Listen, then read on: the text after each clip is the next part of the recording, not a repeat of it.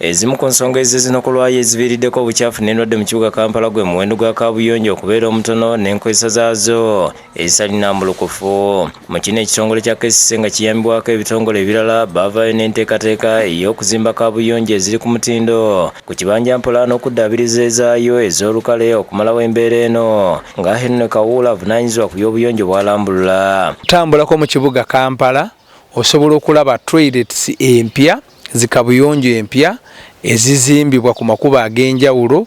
Kati bw'ogenda ku City Square waliwo toilets empya ez'ennungi nga za mulembe nga zituukaana n'omutindo ogwetaagiswa ku ddaala ly'ensi yonna. So toilets ezo ez'enjawulo ziri kuzimbibwa mu kibuga kyonna ekya Kampala. Nga tweteekera okuza olunaku lwa kaabuyonjo mu nsi yonna olubaawo buli nga 19 Ogw'okumu buli mwaka. Tunuulidde engeri enteekateeka eno gyetumbudde obuyonjo. Abamu ku batuuze abaganyuddwa mu nteekateeka eno ey'okubazimbira kaabuyonjo ku kibanja mpola okuli Omusumba Stanley Kusaasira ne Reste n'Abakooza bagamba nti kituufu abantu bangi tebalina kaabuyonjo wabula nga bayita mu nteekateeka eno basobola okuzifuna ku kibanja mpola. Enteekateeka eno mwattu etukoledde nnyo nga bw'otunuulira ekitundu kino abantu abasinga tebalina toilet naye okuba twaziteekawo yambye abantu bangi nnyo bazze bagyeyunira okubanga ebayamba kubanga twagiteekawo free.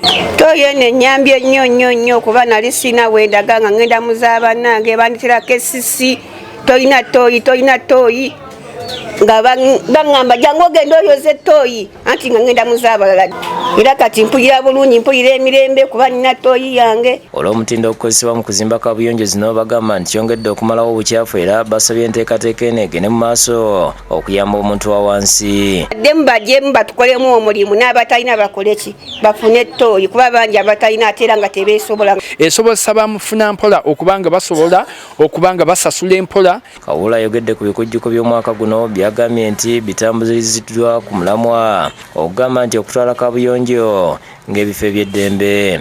Zikabuyonjo tulina zitwalanga ebifo eby'eddembe oba ebireeta emirembe. Agamba nti singa zikabuyonjo zikwatibwa bulungi bingi ebiyinza okwewalwa omuli endwadde ez'enjawulo. Tulina endwadde nnyingi eziva ku buligo nga singa tuba tukozeseza kaabuyonjo ennungi ne tuzikozesa bulungi zijja tuyamba okwetangira endwadde ezo.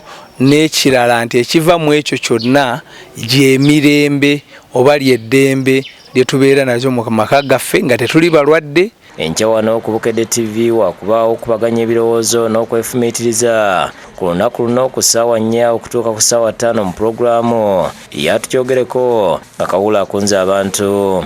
So nkowoola abantu bonna babeeko ku Bukedde TV nga tukubaganya ebirowoozo era nga tulambulula bijja kubaamu ebyokuyiga bingi.